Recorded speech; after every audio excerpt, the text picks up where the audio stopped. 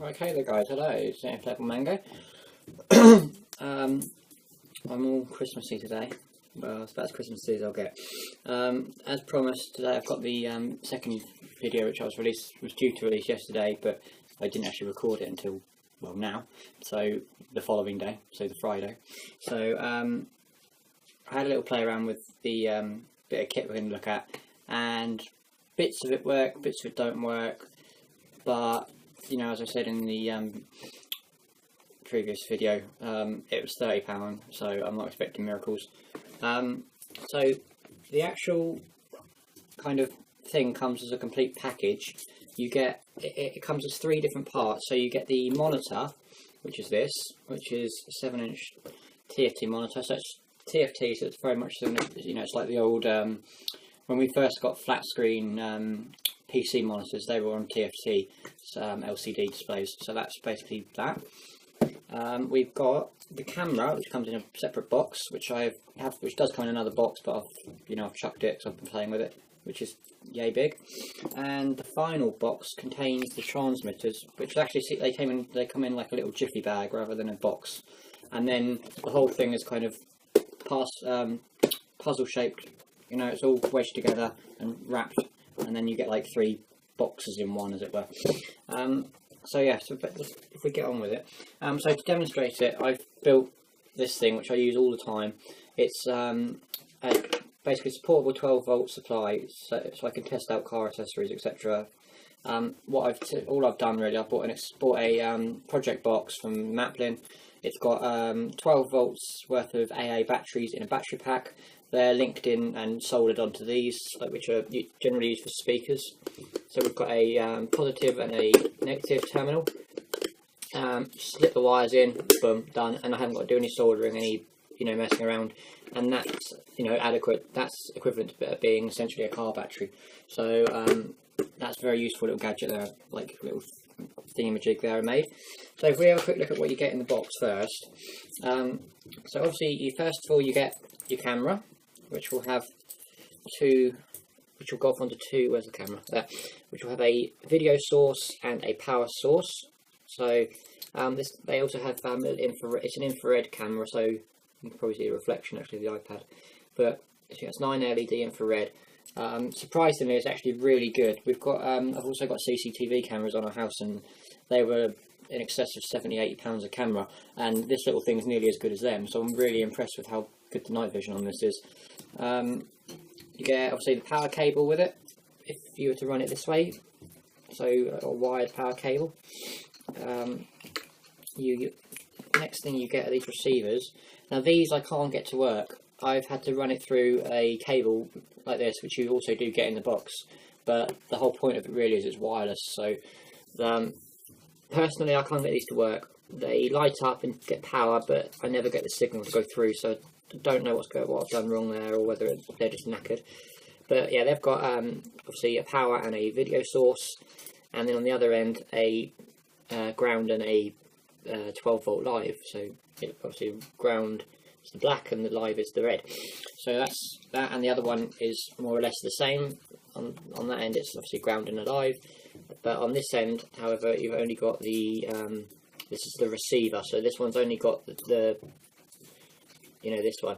So I will have a play around properly, but I may well have just put them the wrong way around or something. I haven't had much messing around them. My main concern was to get the screen and the camera to run. So moving on to onto the next thing, which is the screen. So with the screen you get a variety of ways to actually mount it to your car. You get this thing, which is like a little tripod mount, which comes with one of these 3M sticky, double-sided sticky things, so you could just stick it onto your dashboard or wherever you choose. There's also drill holes in it, so if you were to be a bit more long-term and you definitely didn't want to remove it, you could actually use some self-tapping screws or even small bolts and bolt it to the dashboard so it's more secure. The actual bit here for the tripod is actually not that good. I wouldn't, it doesn't really. You could probably actually unscrew that, put your own one in and use that. That's what I would do personally, or put something on here to make it more. I'll try and explain it, but the best way I suppose is to show you. If I was to mount it vertically, like that, if I just tighten it on. I'll show you how I mean. Right. Now that is as tight as it can possibly go. It won't go anymore. And now, let me tighten the second bracket. As you can see already there, that still is really wobbly. Let's tighten that one up a bit on the side. So you've still got a hell of a lot of play in it. So you can just imagine going around a corner and you're going to be spinning around. So yeah, so that obviously not good. Let's undo this. I'm hoping this video won't cut out like the last one. If it does, I'm learning more editing and stuff. So, but you have got with this, if I can undo it, is on the back of the LCD little screen. You've got this little groove, which if you unscrew, sorry, the other way, so you hold that still and we spin that around, the base area will pop up, and obviously you can slot that in there, then tighten it up, so it'd be like that, or sorry, like that. That's much more secure.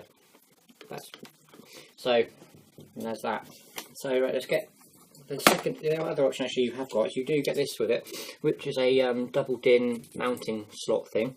Take that off a bit and I'll show you that in that. You've got screw holes in there, so I presume if you were going to use this somewhere where you could actually screw it on, you can just screw it and you're done. Or you've got this actual thing, which is a double DIN size. It has the slots, so you could it would mean removing your stereo or whatever you have, but you could essentially just slot this straight into the car. It would clip in place. All the wiring would go behind into the wiring area of where the wiring looms usually are, and it would be a lot tidier and out of the way. But I could only realistically see that being useful on big cars like Range Rovers, etc. And if you've got a Range Rover, you're probably not going to be spending 30 quid on a reversing camera. You're probably just going to have it done properly at Range Rover.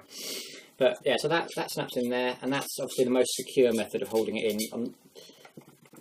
It's actually held in by these two little clips on the edge, so to get it out you have to do that. Give it a little bit of a wiggle. So yeah, but yeah, I'm sure you're all waiting to see it actually working, seeing how good to see how good it actually is. So we'll wire it in and we'll show you how things go. So the other end of the screen, we've got a serial port, one of these things, which then goes onto this thing, which you've got two video ins, so you could actually have another camera running as well if you wanted.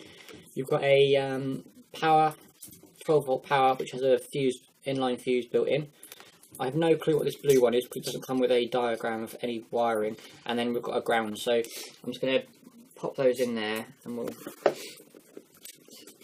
wire them all up temporarily onto this little temporary battery. So you can just have a little bit of a demo of it actually working.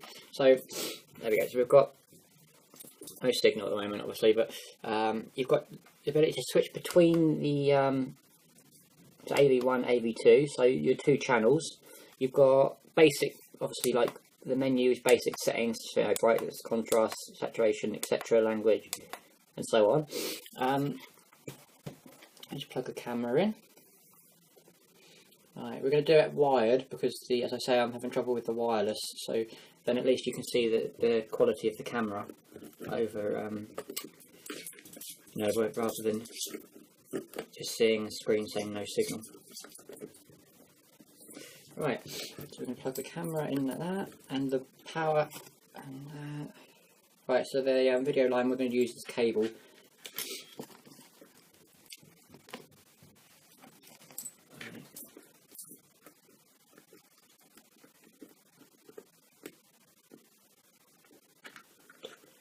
It is quite fiddly to do because of the, as I said, the terminals on this thing are so fine and little.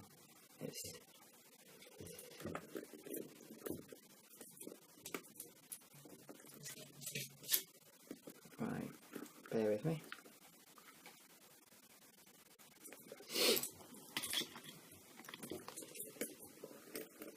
This is typical because I'm recording it, it's not going to play and be it's going to be a pain in the arse, but we're getting there.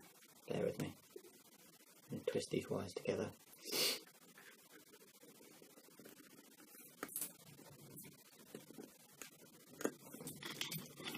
Right. Let me just check I've got all these wires plugged in, and then we should be active. Right, so we've got. there we go. Oh, it's because I was on the AV2 channel and it's plugged into the wrong one. So,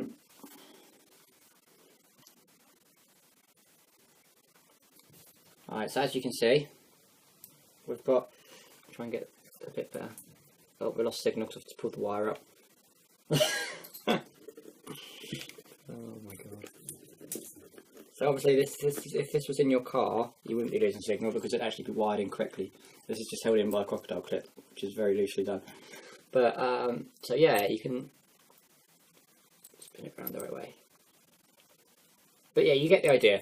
It does work when it's being less temperamental. The kind of wiring I do, there we go, it's better. Oh, it's gone again. Oh, well, you get the idea. So the wiring, in terms of the wiring of it, you would have the ground obviously would go onto a ground point in the car somewhere, so preferably an existing ground point. If you can't find an existing ground point, you can make one, but obviously to be a ground point, it's going to have to be completely bare metal. So you're going to have to grind away all the paint to a certain, drill a hole, grind away all the paint, and then put a pin or something in there so that you can mount it onto it. So that would be everything that's black would be grounded. Everything that's red would be live. So you would simply take the two reds.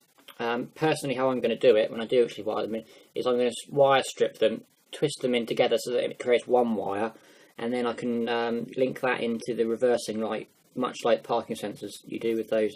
Therefore, every time, it's constantly going to be grounded, so it's never going to give you any problems like blowing fuses, etc. Unless you're very unlucky, but technically it shouldn't. And then those two are only going to have power going to them when the reversing light bulb comes on, which would only happen when you're in reverse. So it's the easiest way to hack into that kind of, the circuit is just to go into the reversing light. So obviously once you're in reverse, I'll send 12 volts to the back of the car, which would be enough to power those, which will turn on your camera as well as turning on your screen. So yeah.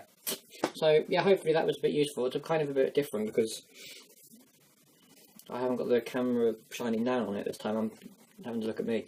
But yeah, so that's the screen, that's the camera, and you get a fuckload of wires. And hopefully we'll get these things to work. They would be very useful if they did, but we can't seem to get them to go, so it might be a bit of a flop. But I'm happy for 30 quid. I'm happy, to be fair, to pay 30 quid for the camera, let alone the screen and everything else. So yeah, so hopefully that you guys found that useful. You just Google them on eBay and type in reversing camera, etc. You'll soon find one, and majority of them are all the same. If you see any for around 30 quid, they're probably these ones. But yeah, I can't really think of anything else to say, so I'm going to leave it at that. If you guys didn't see yesterday's video, I'd recommend watching it. It's I tried to kind of help you guys a bit more with people, friends of mine, etc., who've got tattoos and the experiences that they and myself have had since I've had mine. I'm going to try and do more kind of like videos like that, because that one did go down very well, and I want to try and do more like that, so people seemed to like it, and it got a good response. So and for my fans, or subscribers I should say, I'm getting a bit big-headed with fans, but subscribers who are subscribed for my Minecraft, Xbox or general gaming side, don't worry, that will be coming back. As I've said so many times in other videos, I've got no PC essentially, so because mine's decided to go bang.